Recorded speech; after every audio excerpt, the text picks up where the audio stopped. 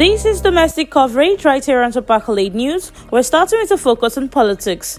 The management of the National Assembly has cautioned parliamentary workers under the Parliamentary Staff Association of Nigeria against carrying out their planned protests and picketing of the complex as lawmakers resume plenary today. In a circular signed by ACN Eyo ACN on behalf of the clerk to the National Assembly, the management warned that any attempt to disrupt legislative activities will attract severe disciplinary measures. The warning follows threats by some PASAN members to embark on industrial action over alleged unresolved welfare issues, constitutional breaches, and management interference in union affairs. While the management urged staff to disregard calls for the strike and continue their duties, the aggrieved workers accused authorities of intimidation, neglect of welfare demands, and failure to implement key reforms, including the consolidated legislative salary structure and approved allowance. The stand-up raises fears of possible disruption to legislative activities if the grievances remain unaddressed.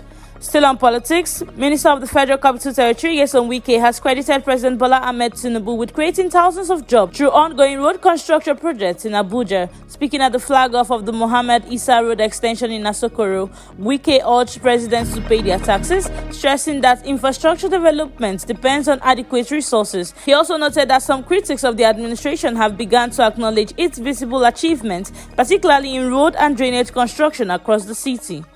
Now in business. The Nigerian Customs Service Seme Area Command on Monday met with border stakeholders including community leaders, security agencies and representatives of the Nigerian Embassy in Benin Republic to address persistent border crimes, multiple checkpoints and trade barriers along the Seme border corridor.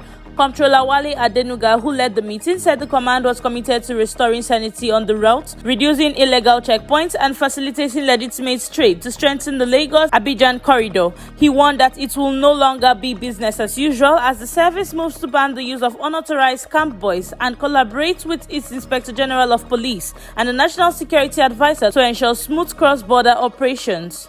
Now in economy, the Central Bank of Nigeria has issued strange sanctions for violations under its reverse agent banking guidelines, warning that any agent caught engaging in non-permissible activities will face a minimum fine of 5 million naira and 100,000 naira for each day the offense continues, alongside forfeiture of profits made. The updated rules also impose a 10 million naira penalty on entities operating without a valid super agent license and 2 million naira fines for institutions or directors with breach approval requirements. The guidelines prohibit agents from offering core banking service like account opening, loan underwriting, or forex transactions, and ban the delegations of agent roles or use of non-human interference. The CBN said the review was necessary to strengthen oversight as agent banking expands rapidly with technological innovations aiming to ensure financial integrity, consumer protection, and accountability in Nigeria's growing digital finance ecosystem. More on economy, President Bola Tinubu has condemned last month's strike by the Petroleum and Natural Gas Senior Staff Association of Nigeria, describing it as economic sabotage and warning that no group must hold the nation to ransom. Speaking at the Nigerian Economic Summit Group, Tinubu, represented by Kashim Shettima, urged labor unions to show patriotism and resolve disputes through dialogue. The strike, which cut gas supply to Dangote Refinery and disrupted crude exports, reportedly cost Nigeria 200,000 barrels of oil daily and triggered a brief cooking gas scarcity. The president stressed that the $20 billion refinery was a national asset vital to economic stability and pledged to protect all investment from disruption. Meanwhile, NNPCL Bayo Ojunlare confirmed that production has rebounded to 1.68 million barrels per day, targeting 1.8 million by year-end as protests in Kaduna by the partners of National Economic Progress call on Tinubu to crush saboteurs undermining local refinery efforts. Still on domestic updates, a section of the 8-story podium block of the Rivers State Secretariat complex in Port Harcourt was engulfed in flames on Monday evening, shortly after the close of work. Permanent Secretary of the Ministry of Information, Honorable Sarah Wo, confirmed the incident, noting that firefighters from both the state and federal fire service responded swiftly to contain the blaze.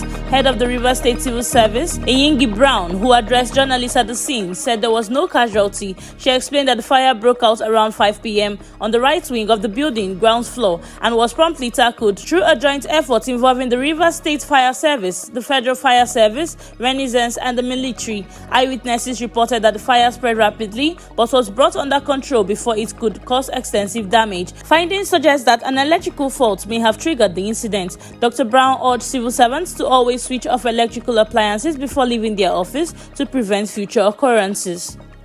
Now on insecurity.